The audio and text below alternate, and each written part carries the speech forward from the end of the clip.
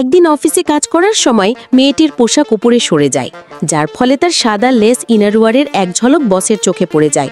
তখন বস ভেবে বসে এটা নাকি কোনো ইশারা।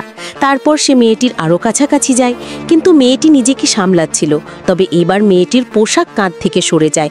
তার ফর্সা কাঁধ দেখে বসের হুঁশ উড়ে যায় আর সে হাত দিয়ে ফেলে, কিন্তু মেয়েটি পুরোপুরি চুপ ছিল। এরপর তো আর দেরি হলো না, বস তাকে সেখানেই চুমু খেতে শুরু করে দিল। কিন্তু মেয়েটির এটা একদম ভালো লাগেনি। সে তাকে ধাক্কা দিয়ে সেখান থেকে দৌড়ে বেরিয়ে যায় এবং বাড়ি পৌঁছাতেই মায়ের সন্দেহ হয়। মায়ের জিজ্ঞেস করার পর মেয়েটি সব সত্যিটা বলে দেয়। এতে মা রাগে ফেটে পড়ে একজন মহিলা আইনজীবীর কাছে গিয়ে মামলা করে বসে। মেয়েটি ভয়ে ছিল, কিন্তু মা চেয়েছিল কোটি ক্ষতিপূরণ পেতে।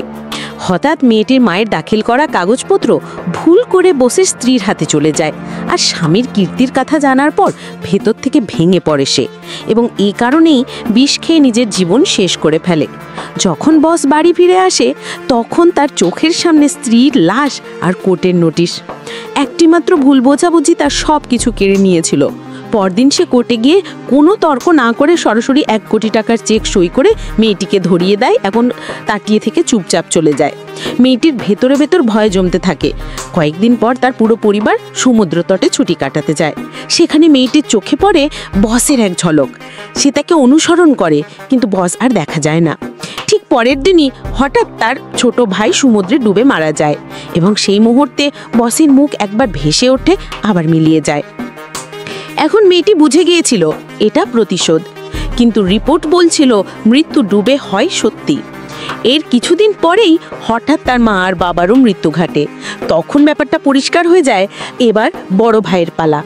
ঠিক তখনই এক কয়েদিকে একটি চিঠি পাঠানো হয়, যেখানে লেখা হয় মেয়েটির ভাই নাকি তার স্ত্রীর সাথে সম্পর্ক রেখেছিল। এই ভেবে কয়েদি জেল ভেঙে বেরিয়ে আসে আর মেয়েটির ভাইকে রাস্তায় নৃশংসভাবে খুন করে ফেলে। এখন মেয়েটির হারানোর মতো কেউ আর বাকি নেই। ছোট বোনটিও হারিয়ে যায়। সে একজন সাংবাদিকের কাছে যায় যেন বসের অপরাধগুলো প্রকাশ্যে আসে। মেয়েটি পুরো সত্যিটাই ছেপে দেয়, কিন্তু সেই খবরকে মিথ্যা ঘোষণা করা হয় আর সাংবাদিককেও চাকরি থেকে বের করে দেওয়া হয়। তারপর মেয়েটি নিজেই বসের কাছে যায় আর অনুরোধ করে, আমার একমাত্র বোনটিকে ছেড়ে দিন। বস হেসে বলে, তোমার আচরণই ঠিক করবে সামনে কি হবে। মেয়েটি উবা খাই কি করবে, শেষ পর্যন্ত হাল ছেড়ে ছাদ থেকে ঝাঁপ দিয়ে নিজের জীবন শেষ করে ফেলে। কিন্তু সে জানতোই না তার বোনকে আদৌ গায়েব করা হয়নি, বরং বস তাকে নিজের প্রেমে ভাসিয়ে ফেলেছিল। এখন তার বোন সেই খুনির প্রেমে পড়েছে, আর সত্যিটা জানতো কেবল একজন সেই সাংবাদিক, কিন্তু বসের হুমকির কারণে সেও চুপ করে গিয়েছিল।